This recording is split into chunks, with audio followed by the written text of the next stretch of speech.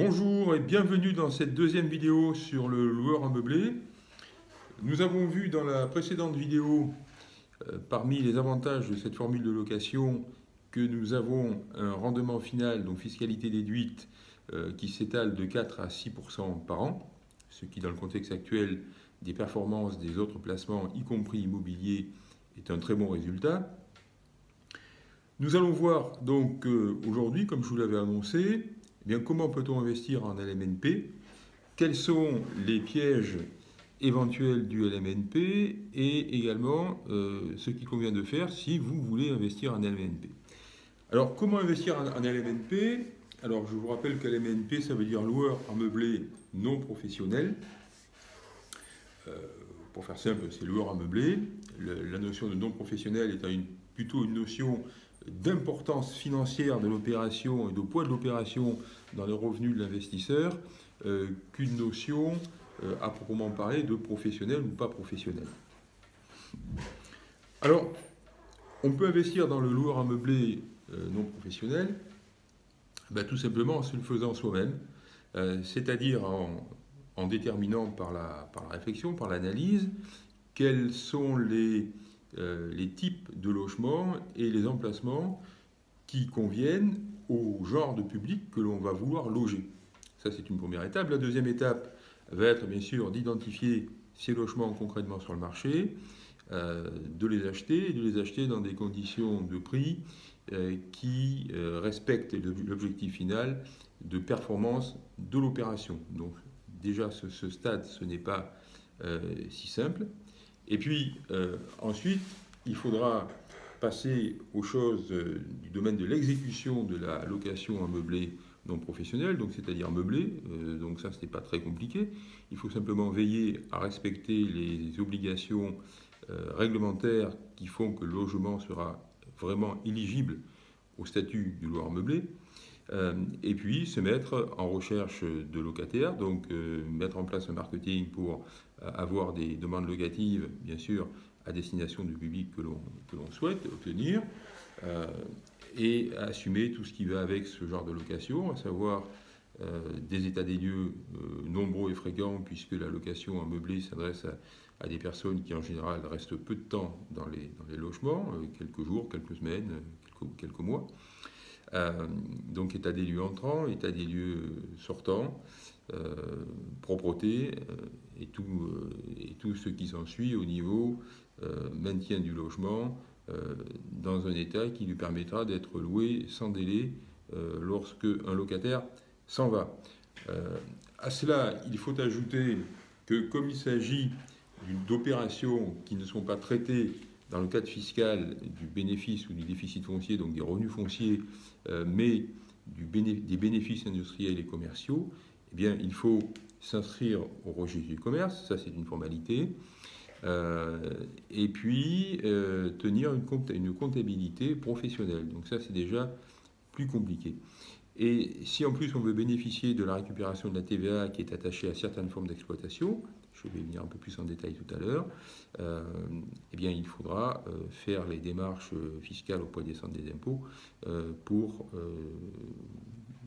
récupérer ces TVA et avoir une exploitation globale de l'opération qui soit compatible avec l'éligibilité au régime de la TVA. Donc tout ça, et finalement, c'est pas très compliqué, c'est pas non plus totalement évident, mais surtout c'est lourd à mettre en œuvre, c'est lourd à gérer, et on peut difficilement le faire sans s'appuyer au minimum sur un comptable compétent en matière de loueur meublé. Alors en pratique, les investisseurs, c'est-à-dire les personnes qui cherchent à placer leur argent, mais sans prendre en charge des modalités d'exécution qui feraient qu'on serait plus dans une activité de type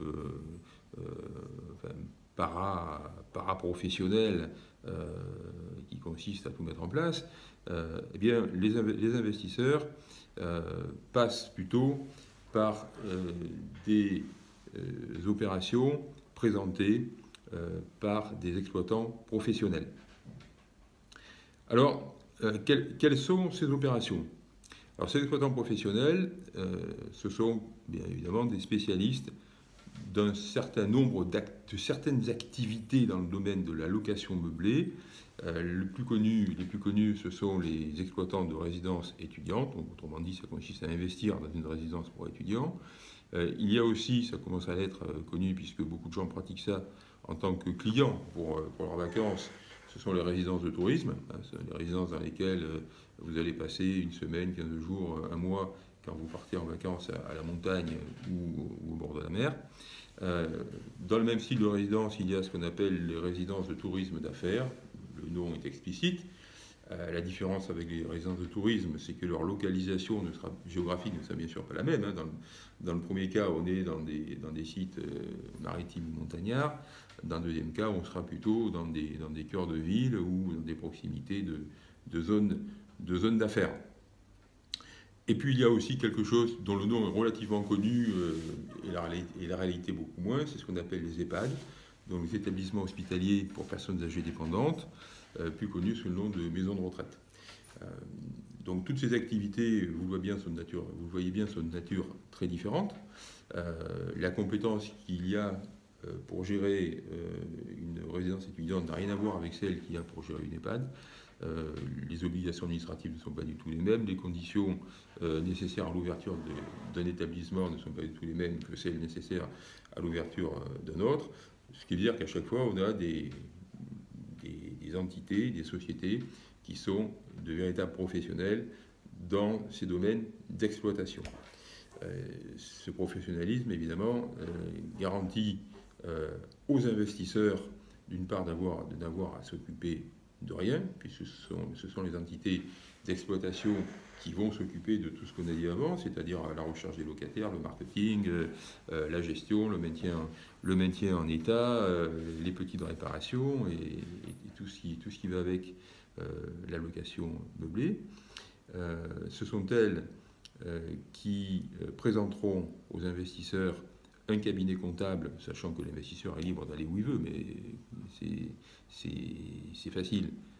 C'est beaucoup plus facile d'avoir un cabinet comptable qui vous est présenté que de faire le tour des comptables pour savoir s'ils ont une activité, s'ils ont un département de gestion de loueurs à meubler, autrement dit, s'ils ont des comptables qui sont compétents pour tenir ce type de comptabilité. L'autre avantage que j'ai déjà évoqué, c'est celui qui concerne la TVA. Mais avant de vous parler de la TVA, je vais aussi vous parler d'un avantage fondamental qu'il y a dans ce type d'opération lorsqu'on passe par des organismes de gestion professionnelle. C'est le fait que l'investisseur est lié au gestionnaire professionnel par un bail commercial, donc un bail 369, qui a deux avantages. Le premier, c'est que vu la durée du bail, on connaît donc pour une durée de minimum de 9 ans le montant des loyers que l'on va recevoir tous les ans, ce qui est formidable. Le deuxième aspect, c'est que ces loyers, du moins les gestionnaires véritablement compétents qui ont fait leurs preuves, qui ont une ancienneté, etc., ces loyers, on sait qu'on les aura. Donc on a une séquence de revenus qui est de l'ordre de la certitude. Et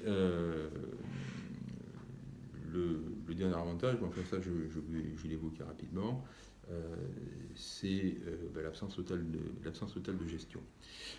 Donc voilà en ce qui concerne le bail, rapidement. Nous verrons après ce qu'il est important de voir dans un bail de ce type. L'autre aspect, on y vient, c'est la TVA. La TVA, je crois que je vous en avais parlé dans la vidéo précédente. La récupération de la TVA, donc le fonctionnement dans le cadre de la TVA, est lié au fait que l'investisseur, donc le propriétaire, présente à l'occupant final au moins 3 services parmi 4 ou plus, en tout cas parmi ces 4 services que je vais énoncer, qui sont l'accueil, le petit déjeuner, la fourniture de linge et le nettoyage des locaux. On comprend bien d'ailleurs que lorsqu'on fait soi-même de l'investissement loueur à meubler et qu'on entend se passer du concours d'un professionnel de la gestion, il va falloir mettre en place soi-même ces services. Bon. Dans le cas où vous faites par exemple de l'investissement dans une résidence étudiante ou dans une résidence pour personnes âgées, ces services sont naturellement offerts par le gestionnaire aux occupants finaux. Donc il n'y a pas à s'en occuper, et du fait de l'existence de ces services, l'opération est éligible à la TVA. Donc les loyers seront majorés de 5,5% de TVA, et la TVA incluse dans les biens immobiliers et mobiliers qui font le bien locatif en loueur meublé, cette TVA est récupérable dans les conditions normales de récupération de TVA des entreprises. Au final, l'investisseur va donc investir hors taxe, ce qui majore d'autant le montant de sa performance locative. Donc voilà pour l'essentiel sur la possibilité pratique de faire ce type d'opération. Alors le sujet que j'ai également annoncé en fin de vidéo précédente, c'est celui que tout le monde se pose, et bon, c'est sympa, rendement locatif finaux, c'est-à-dire fiscalité déduite, important. Je vous rappelle qu'il faut comparer ces rendements à ce qu'on a aujourd'hui en termes de placement alternatif. Le placement alternatif, c'est le livret A, donc on n'en parle même pas. L'assurance vie. L'assurance vie pour pratiquement tout le monde, c'est l'assurance vie avec l'argent placé sur les fonds euros.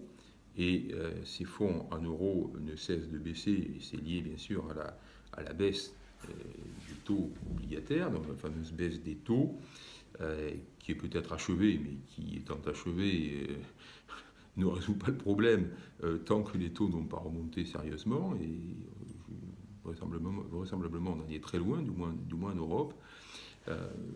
Donc on se trouve avec des obligations qu'il y a dans les fonds euros, qui sont au final ce sur quoi vous investissez quand vous êtes dans des fonds euros, avec des rendements du portefeuille d'obligataires qui se trouvent sur 2016. On a les rendements des principales compagnies aujourd'hui pour l'année 2016 qui se trouvent inférieurs à 2%. Beaucoup sont inférieurs à 1,5%, certaines sont même inférieures à 1%. Alors, il y a quelques fonds euros phares, comme le fonds de l'affaire, le fonds du Guépard, je vous dis ça de mémoire, et puis 2 ou 3 autres, qui dépassent les 2,5%.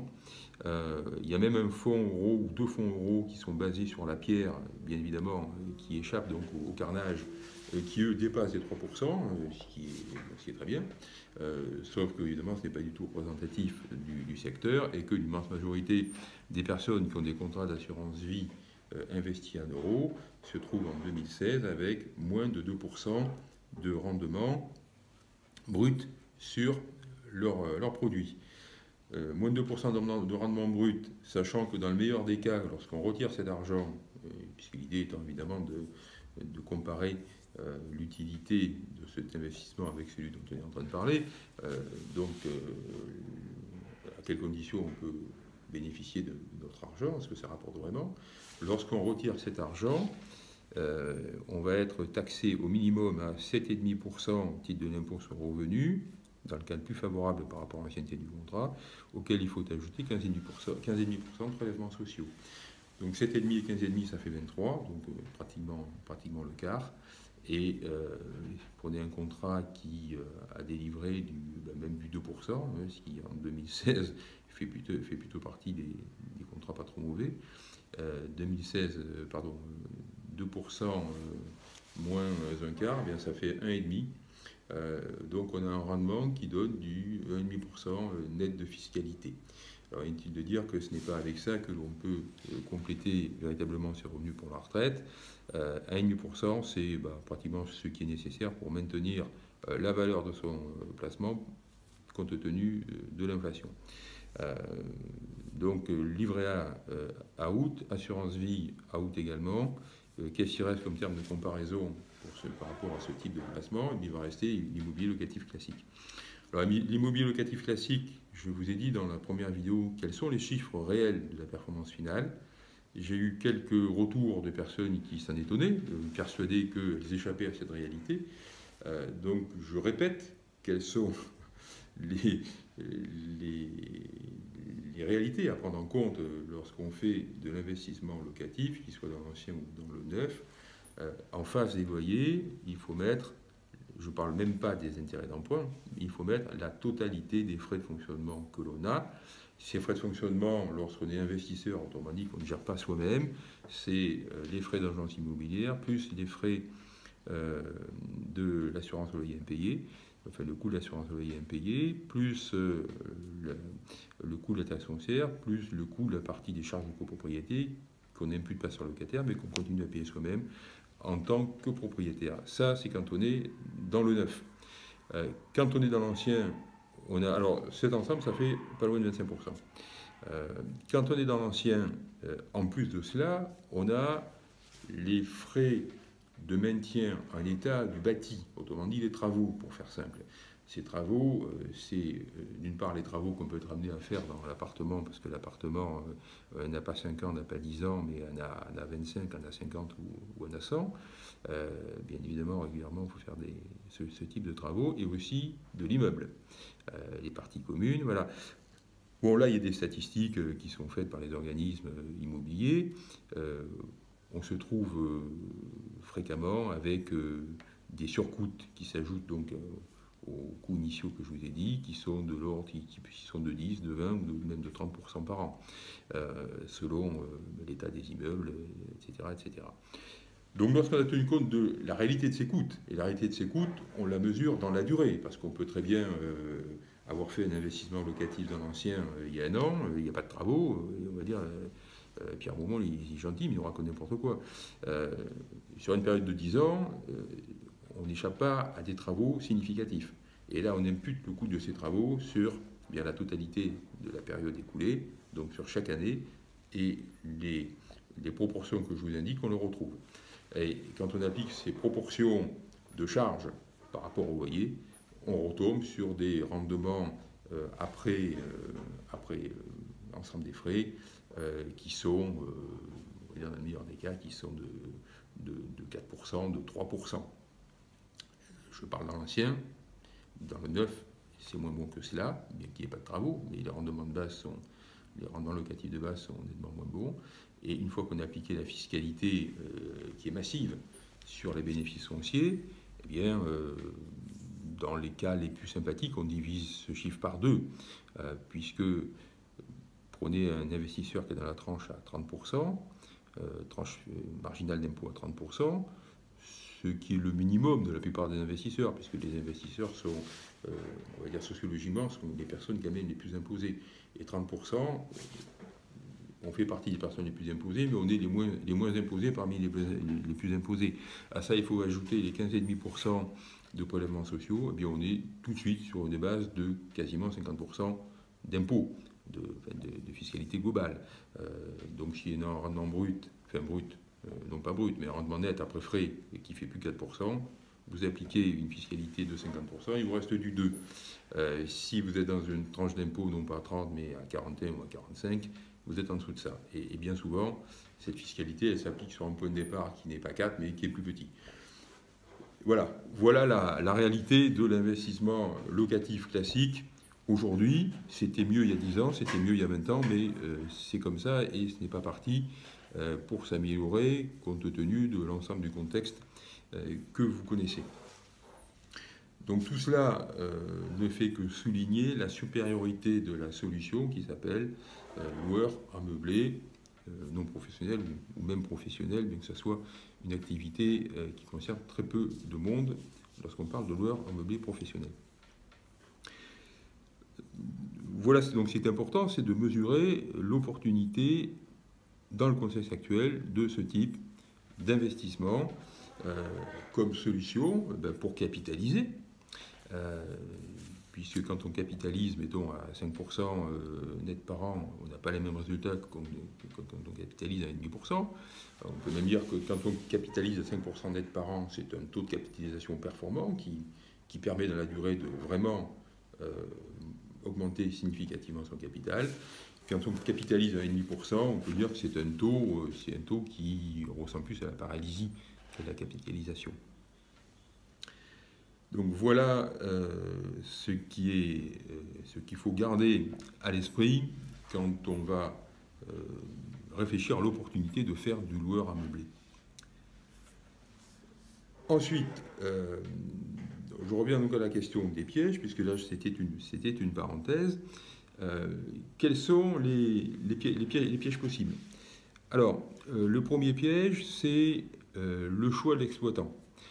Aujourd'hui, sur le marché, il y a de nombreuses opérations, enfin, elles ne sont pas hyper pléthoriques, mais elles sont quand même nombreuses, qui sont présentées par différents types d'acteurs. Dans ce domaine, il faut être strict, il faut avoir des règles de sécurité strictes. Il ne faut aller qu'avec des exploitants de premier plan. Premier plan, ça ne veut pas dire forcément les plus gros, mais ça veut dire ceux qui sont parmi les plus anciens dans ce métier, qui sont authentiquement des spécialistes du domaine dans lequel on veut investir, mettons par exemple la résidence de tourisme, et non pas des gens qui sortent subitement comme ça et qui se déclarent exploitants de résidence de tourisme. Il y en a malheureusement. Si on peut avoir les comptes, c'est déjà plus difficile, mais enfin il y a des sites pour ça. Vérifier que les ratios d'exploitation sont pérennes. Parce que, bien évidemment, la pérennité d'un investissement loueur meublé tient à la pérennité de l'exploitant. Alors pour certains, c'est une évidence. Il y a des exploitants pour lesquels il n'y a pas à craindre quoi que ce soit, sauf catastrophe mondiale. Il y en a d'autres pour lesquels c'est pas évident du tout. Et évidemment, avant de monter dans le bateau, il faut quand même savoir ce qu'il y a dans la cale. Alors, à partir de cette observation, en découle une deuxième, c'est que le respect de cette première condition amène à privilégier les opérations qui sont, je viens de le dire d'ailleurs, qui sont présentées par des exploitants professionnels de résidences gérées et non pas en fait par des promoteurs. Il faut savoir que vendre une opération de loueur meublé, c'est pas très difficile. On fait une opération de promotion classique, on meuble, et on trouve un exploitant plus ou moins complaisant, qui a besoin de travailler. On a sorti ça de loyers favorables, et je vous expliquerai tout à l'heure comment les loyers peuvent être artificiellement gonflés à la présentation. Et puis vogue la galère, il y aura toujours des gens naïfs pour marcher là-dedans. Et en général, ce type de choses finit au bout de 3 ans. Ce qui, évidemment, n'est pas le but pour les investisseurs. Alors, je vais vous expliquer pourquoi c'est fini au bout de 3 ans. Ce type d'opération, on va dire, qui est du LMNP maquis, en fait, c'est pas vraiment du LMNP, ou c'est pas vraiment du loueur meublé, c'est un peu de l'arnaque. Ce type d'opération est vendu principalement sur la base de rendements exceptionnellement élevés. Alors exceptionnellement, ça ne veut pas dire qu'ils sont deux fois plus élevés que le marché, mais si vous avez des rendements qui sont 30% au-dessus de ce qui se fait, il faut vraiment se poser des questions sur la raison de cette performance. Bon, parfois en creusant, on trouve des explications économiques parfaitement saines, et ça veut dire qu'on est en présence d'une très bonne affaire. Parfois, et c'est plutôt souvent le cas dans ce genre de choses, on va s'apercevoir qu'il n'y a pas de raison et que probablement, même si on ne peut pas le démontrer, en tout cas, probablement les bons niveaux de loyer qui sont proposés tiennent au fait que c'est vous qui payez de manière anticipée les loyers, c'est-à-dire que le promoteur va vous vendre l'immobilier à un niveau qui correspond à la réalité du prix immobilier du marché pour ce type de bien dans son environnement, majoré de l'excédent total de loyer qui va être amené à vous verser pendant les 3 premières années, pour que vous ayez l'impression que vous avez un loyer super favorable.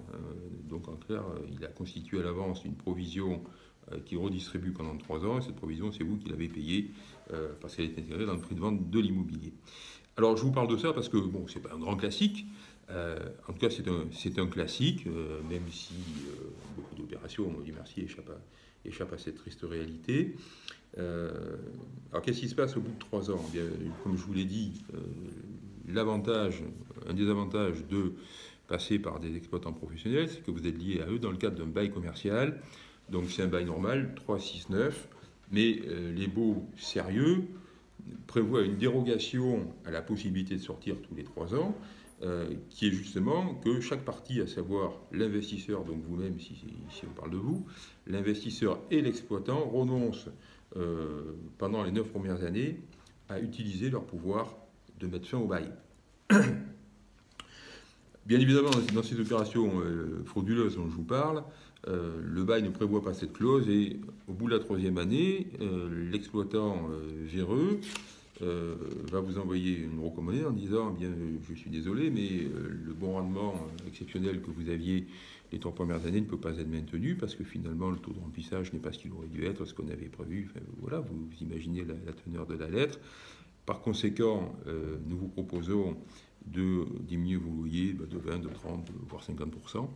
Et en cas de refus de votre part, comme on ne peut pas assumer la charge qui était celle qu'on a payée pendant 3 ans, on résilie purement et simplement le bail.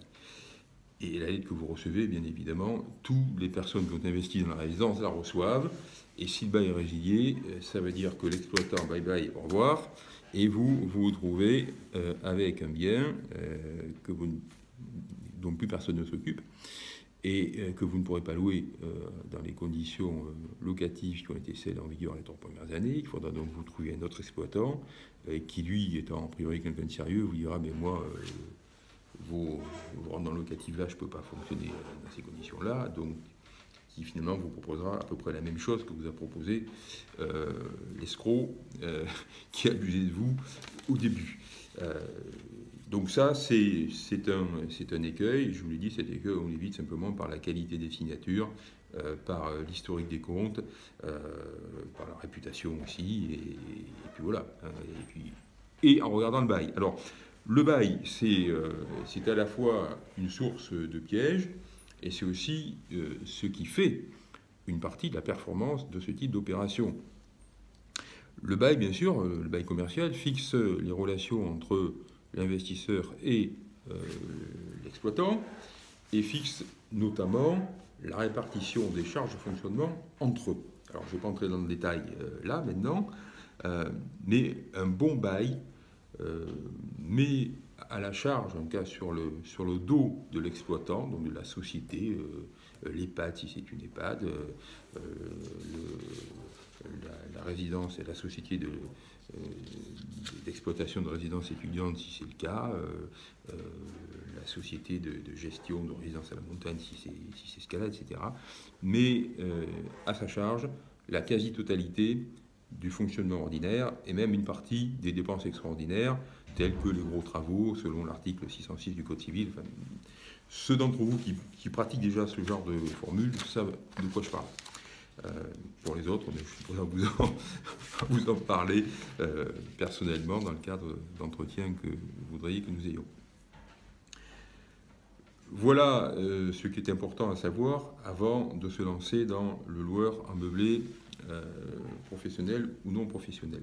L'autre sujet dont je vous ai parlé, que je vous ai annoncé à la fin de la vidéo précédente, c'était celui de la revente.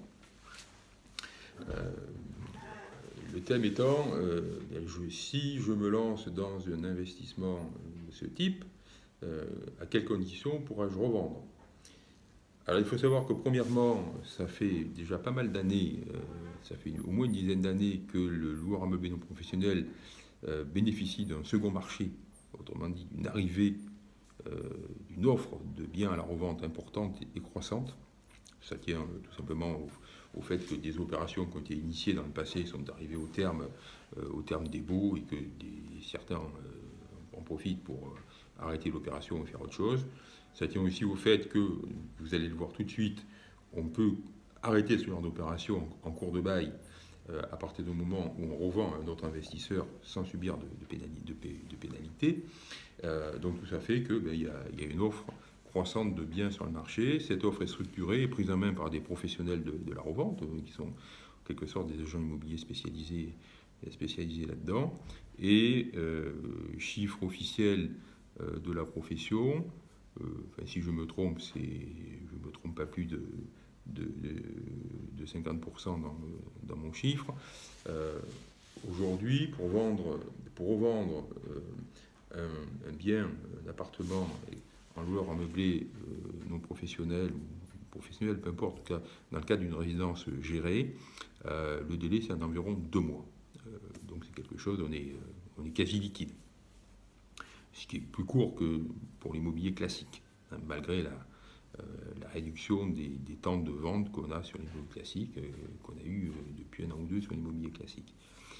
Donc ça se revend facilement. Alors à quelles conditions financières ça se revend? Ça se revend sur une base qui est liée au bail. Le bail commercial, je vous l'ai dit, mais noir sur blanc, quel est le niveau des loyers?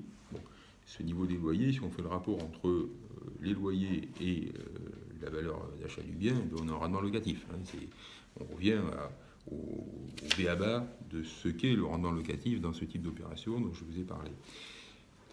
La règle en matière d'immobilier géré,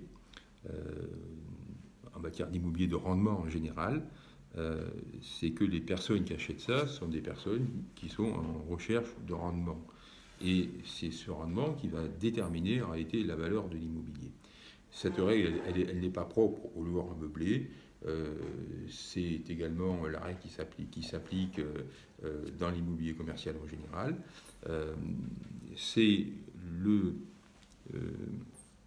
niveau de rendement de solutions alternatives au moment où on vend qui permet au vendeur de fixer le niveau de son rendement. Alors, c'est évident que plus le rendement, plus vous avez un écart de rendement entre celui de votre bien en loueur meublé et puis celui des solutions alternatives, mettons de l'immobilier classique, si vous avez un rendement qui fait 4,5 ou 5, tout compris, y compris l'incidence de la fiscalité, et que en face vous avez des rendements qui se baladent de 2,5 ou 3%, ce qui est le cas, vous avez possibilité d'augmenter un peu le prix de vente de votre bien, tout en ayant toujours un bon rendement qui sera meilleur que le rendement des solutions alternatives. Donc c'est comme ça, c'est ça la logique du système. Alors vous allez me dire, oui, mais si inversement les solutions alternatives qu'il y a dans l'environnement économique, des placements, venaient à être plus favorables que le rendement qu'on a sur le loueur meublé, qu'est-ce qui se passerait? Eh bien, la vérité, c'est qu'à part ce qui a pu se passer en bourse dans les années exceptionnelles, les solutions alternatives aux loueurs meublés, jusqu'à présent, ont toujours été inférieures en rendement. Voilà sur quoi ça fonctionne, excepté les locations dans le cadre d'immobilier professionnel, où on a des rendements qui sont un petit peu comparables. Mais enfin, c'est un de marché, ce sont d'autres investisseurs qui s'y intéressent. Voilà donc s'il faut savoir sur les possibilités de vendre l'opération en loueur meublé. Donc là, je pense avoir fait un tour complet, pas détaillé, mais plus que superficiel. À partir de cela, ceux d'entre vous qui ont été intéressés et qui m'ont écouté en intégralité sur ces 2 vidéos en savent assez pour essayer de se lancer eux-mêmes dans une opération à condition qu'ils en aient le temps. Je doute que vous soyez très nombreux dans ce cas-là. Ou pour essayer de trouver sur le marché des opérations présentées donc, par des sociétés d'exploitation de différents types de résidences qui s'exploitent normalement dans le cadre du loueur meublé, et de se lancer donc dans cet investissement. Alors, il y a quand même un point sur lequel il faut insister, je n'en ai pas beaucoup parlé, c'est celui de la préparation financière de l'opération, c'est-à-dire concevoir le financement, qui peut être une absence d'ailleurs de recours à l'emprunt quand on a l'argent pour le faire, et comparer les différents modes de financement pour déterminer celui qui va le mieux valoriser la fiscalité finale de l'opération. On dit quel est celui qui va le mieux se marier avec l'avantage fiscal important qu'on a dans le loueur meublé, qui est l'amortissement, je vous l'ai expliqué, l'amortissement du bien dans la durée. Donc cela veut dire qu'il faut faire quelques simulations financières si l'on veut optimiser son opération. Voilà, donc je vous souhaite de bonnes cogitations là-dessus. Bien évidemment, si vous avez besoin d'informations supplémentaires ou d'échanger pour analyser comment faire au mieux, je suis à votre disposition. Je pourrais entrer plus en détail à titre personnel pour les uns et les autres sur ce que c'est qu'une EHPAD, sur les caractéristiques propres de chacun des types d'exploitation, etc., etc. Donc je vous souhaite une bonne fin de journée et je vous dis donc à très bientôt pour une prochaine vidéo.